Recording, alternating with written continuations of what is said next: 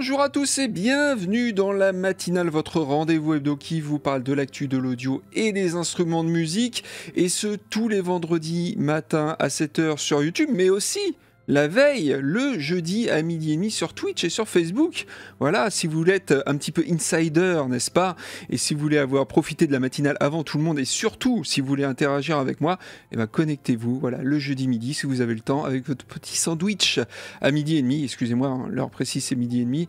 Donc voilà, on est là pour l'instant, voilà, on est bien là avec le chat, je l'ai devant moi là, donc les gens assistent à l'enregistrement, mais surtout après, on discute ensemble et on échange un petit peu. Eux me disent ce qu'ils ont vu de sympa, moi je leur montre aussi ce que j'avais vu mais que j'ai pas pu sélectionner dans la matinale. Donc c'est plutôt un moment assez cool. Donc venez, si ça vous intéresse en tout cas d'échanger avec moi, puis ça peut se transformer en FAQ, hein, c'est souvent le cas. Voilà, si vous avez des petites questions même qui n'ont rien à voir avec la matinale, c'est pas grave, je suis là évidemment. Donc écoutez, cette semaine en tout cas j'ai du coup sélectionné 4 news comme d'habitude. Alors ça va être moitié guitare, moitié MAO, voilà. Il y a 2 plugins et 2 pédales de guitare. Voilà, c'est moite-moite cette semaine. Donc il y a du FabFilter, il y aura du Electro Harmonix, du Strymon donc pour les guitares, et une petite nouvelle banque de sons aussi chez Toontrack, les papas et les mamans d'Easy Drummer. Donc écoutez, je lance le jingle et puis on voit ça tout de suite après. Et oui, et tout de suite après, c'est maintenant, tout simplement. Et avant toute chose, évidemment, laissez-moi vous parler du sponsor, qui n'est autre que le magasin Thomann, que vous voyez affiché ici. Donc merci à Thomann de soutenir la chaîne, de soutenir la matinale, évidemment. Merci à eux. Voilà, Thomann, merci mille fois, évidemment. Et puis je vous propose du coup de commencer par la première news. Et on commence donc cette matinale avec un revenant, car pas loin de 14 ans plus tard, le synthé virtuel des Amstelodamois, donc c'est les habitants d'Amsterdam, hein, voilà, j'ai checké sur Wikipédia avant, évidemment, je ne le savais pas.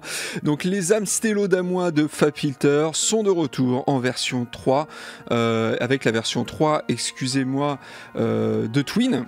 Évidemment en 14 ans il y a eu pas mal d'améliorations, notamment au niveau de l'interface utilisateur, avec d'après les éditeurs un meilleur workflow, et surtout au niveau des sources de modulation avec un panneau flottant maintenant qui permet d'assigner plus facilement les modulants aux modulés.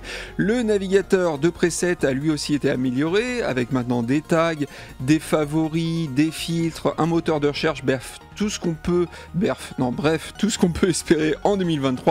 L'interface graphique est complètement redimensionnable maintenant, donc ça c'est vraiment cool, avec un mode plein écran aussi, donc vous pourrez adapter à votre ordinateur. Donc là ce que vous êtes en train de voir c'est le trailer qu'ils ont posté il y a quelques jours, mais ça y est, il est disponible évidemment. Et côté son, on a aussi des améliorations évidemment, avec des oscillateurs et des filtres de meilleure qualité, avec notamment une modélisation de dérive analogique, c'est ce qu'on appelle le drift en anglais, pour accentuer un petit peu le côté vintage du son. On sait en analo le son il bouge, hein. Là ça simule ça tout simplement. Il y a un 4e oscillo important quand même, et de nouveaux potards virtuels qui peuvent ajuster tous les filtres d'un coup, donc ça peut être très pratique, et on pourra aussi les faire moduler tous ensemble, donc ça pareil, très pratique au niveau de l'ergonomie.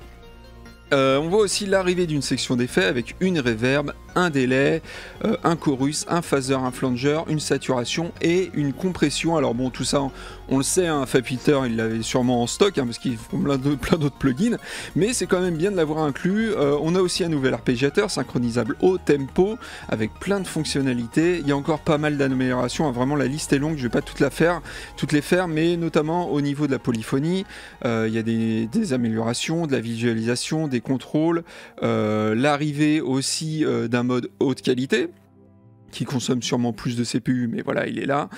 Bref, vous l'aurez compris, c'est une grosse mise à jour. Après, le marché des synthés virtuels, il a aussi énormément évolué en 14 ans.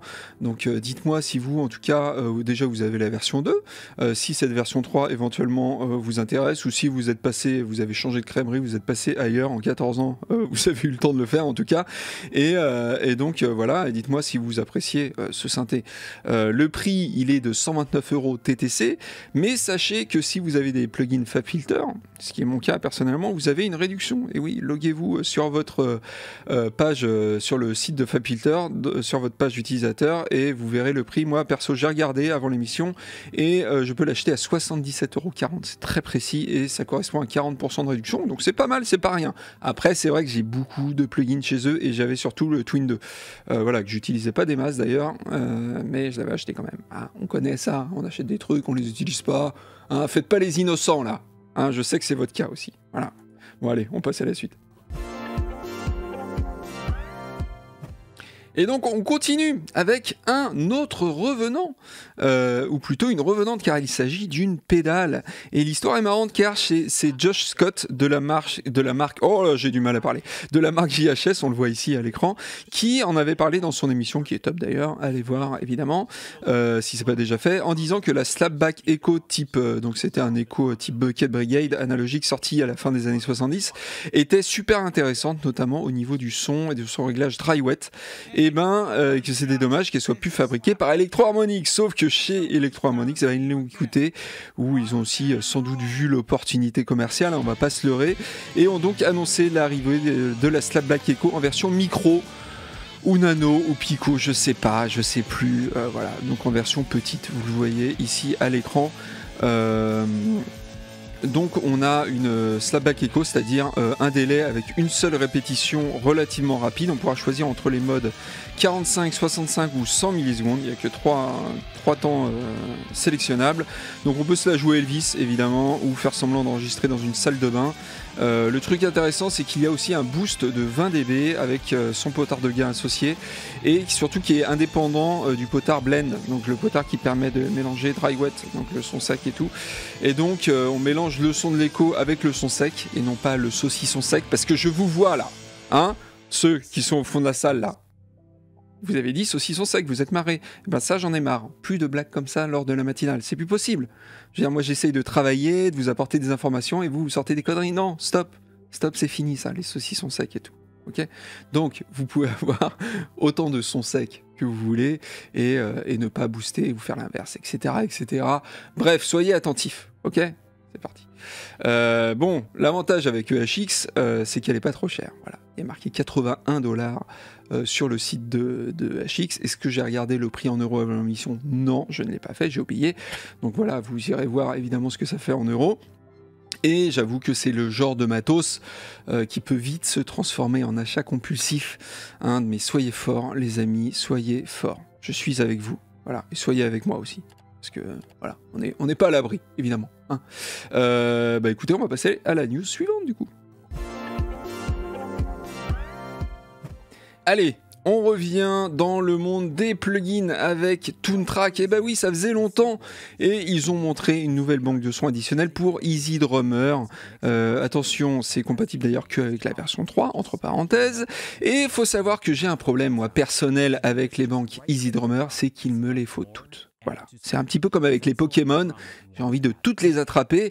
Et donc là, en plus, c'est une banque orientée Synthwave, qui s'appelle Synthwave d'ailleurs. Là, ils sont pas trop cassés la nénette. Très belle expression d'ailleurs. Qui est bien vintage aussi, hein, bien années 80. Donc là aussi, c'est bien vintage années 80, comme mon expression, se casser la nénette. Et donc les années 80, eh bien, sachez que c'est la décennie qui m'a vu naître. Évidemment, donc ça va encore mal se passer, cette histoire. Moi, je vous le dis, j'ai peut-être craqué, je ne sais pas, ça fait beaucoup de craquage là, dans cette émission, franchement c'est pas bien. Donc on a 20 kits prêts à l'emploi, avec 440 sons différents, donc on a principalement des boîtes à rythme, mais ils restent très discrets, j'ai regardé un petit peu sur leur site, ils restent très discrets sur les modèles enregistrés. Vu les visuels, ça va être de la Roland, hein, j'imagine, ou de la Roland, je sais qu'il y a des gens qui aiment bien dire Roland, moi aussi j'aime bien dire Roland, et donc c'est sûr, il y a peut-être aussi de la Lindrum, on sait pas. Et donc bref, que du bon son, hein, à l'ancienne évidemment. C'est vendu 89 € et franchement ça va être dur de résister pour ma part. Je sais que vous me soutenez là sur le chat, Je sais, je vous vois, c'est très gentil de votre part, mais ça va être dur, ça va être dur. Rien que le fait que pour pouvoir l'utiliser avec des couches de son supplémentaires, vous voyez, mélangé avec des sons acoustiques. Oh, ça c'est bien ça. Ça, j'aime bien faire ça. Personnellement, je trouve ça super intéressant. Donc, allez écouter les exemples audio sur le site de Toontrack. Ça sonne bien, évidemment, même si c'est très vintage. Mais je le répète, mélanger à d'autres sons pour rajouter une touche vintage à des sons un peu plus modernes, eh ben ça peut être super cool. Ça peut être super intéressant. Donc, allez écouter tout ça, évidemment. Voilà, j'ai besoin d'aide. Aidez-moi. Voilà, je vais peut-être sûrement craquer. En tout cas, sachez que chez Thomann, notre sponsor, vous pouvez acheter un pack de 3 banques. Voilà, ils vendent un pack de 3 banques et qu'ils vendent 179 €. Et vous choisissez les banques que vous voulez dans toutes les banques EasyDrummer. Donc ça, c'est pas mal, une petite astuce chez vous, sachant que du coup, ça fait 60 € la banque. Voilà, au lieu de 90. Pas mal, non? Hein? Vous n'êtes pas venu ici pour rien. Hein. Voilà. Je vous le dis. Donc voilà, donc du coup, craquage ou pas, je vous tiens au courant. Hein, tenez-moi aussi au courant dans les commentaires si vous avez craqué, si vous êtes très synthwave évidemment. Je sais pas s'ils en vendent des masses d'ailleurs, des banques comme ça, parce que je sais que EasyDrummer Superior c'est très axé métal, rock et tout ça, donc pour les sons électroniques je sais pas. Mais peut-être voilà, pour mélanger, je sais que j'ai interviewé il y a pas longtemps un youtubeur bien connu qui aime bien mélanger lui aussi des sons métal avec des sons électro. Donc voilà, peut-être que ça peut le faire. En tout cas dites-moi dans les commentaires si vous êtes de ce genre-là. Allez, on passe à la dernière news. Et donc on termine en beauté avec une nouvelle pédale chez Strymon. Mais alors j'ai un truc à leur dire, hein, faut pas annoncer des produits le jeudi soir les gars. Juste après le tournage de la matinale, vous devriez savoir, je sais que vous êtes américain, mais en France la matinale c'est énorme, ok? Donc ça m'énerve personnellement, et là moi je suis très en colère. C'est-à-dire, je tourne la matinale, pof, 1 heure après ou 2 heures après, je sais plus, vous sortez une pédale. Non mais oh. Donc du coup après je suis obligé d'en parler évidemment, mais c'est 1 semaine après. Donc voilà, je suis un petit peu à la bourre là-dessus. Du coup, mais ouais, j'étais un peu dégoûté parce que surtout que c'est la première pédale à ce format-là. Donc un format plutôt compact qu'on n'a pas l'habitude de voir chez Strymon. Donc c'est peut-être la première d'une longue série, on ne sait pas, qui sait, hein, je ne sais pas. On a donc la pédale dénommée Cloudburst que vous voyez ici à l'écran, et c'est une pédale de reverb plutôt axée ambiance, avec un seul foot switch. Donc vous voyez ici 5 potards et un sélecteur 3 positions. Alors évidemment elle se base sur l'algorithme Cloud de la fameuse Big Sky dont on a testé la version plugin. D'ailleurs je vous invite à regarder cette vidéo il n'y a pas longtemps avec Arnaud, mais a priori cette pédale, même si elle est plus petite, elle va beaucoup plus loin grâce notamment à un nouveau processeur. Chez Strymon, comme beaucoup de constructeurs de pédales, ils sont passés au processeur ARM qui est beaucoup plus puissant, qui est le genre de processeur qu'on a dans les MacBooks, dans les téléphones, etc. Donc voilà, avant c'était plutôt c'était d'autres processeurs moins puissants, et donc ça permet de faire des ambiances sonores, que dis-je, des paysages sonores, des panoramas sonores, mais oui, et au moteur de la reverb ambiante s'ajoute en plus un moteur qui s'appelle Ensemble. Oh les champions, on est tous ensemble, hein, c'est exactement de là que ça vient de Johnny Hallyday évidemment, et donc permettant de créer des pads qui peuvent suivre votre jeu de guitare de manière dynamique, de manière organique et musicale. Donc il faut vraiment essayer des choses et jouer vraiment en interaction avec la pédale. Faut pas juste passer au travers, vous voyez, rajouter une couche comme ça avec cette pédale, il faut vraiment interagir avec elle apparemment, donc ça c'est vraiment très intéressant. Donc apparemment aussi ce qui est intéressant, c'est qu'on n'est pas limité aux grosses reverbs très longue, voilà, comme on peut imaginer avec les sons, les reverbs ambiantes, mais on peut aussi simuler des petits espaces en diminuant le potard decay, qui en réalité ajuste aussi plein d'autres petits paramètres sous le capot évidemment. Elle est stéréo en entrée et en sortie avec des jacks TRS parce qu'on n'a pas trop de place du coup sur ce genre de petite pédale, donc il faut des jacks TRS qui font donc la stéréo sur une seule fiche, et ça c'est cool. Elle est MIDI aussi avec des jacks TRS aussi, et puis écoutez, moi allez, on écoute un peu.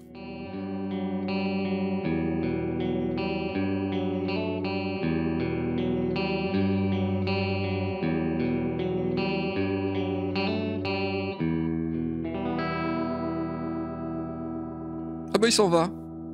Ah, c'est pour régler la pédale. Vous pouvez pas la mettre à côté. Allez, je me tais parce qu'il faut se taire parfois, Grégoire.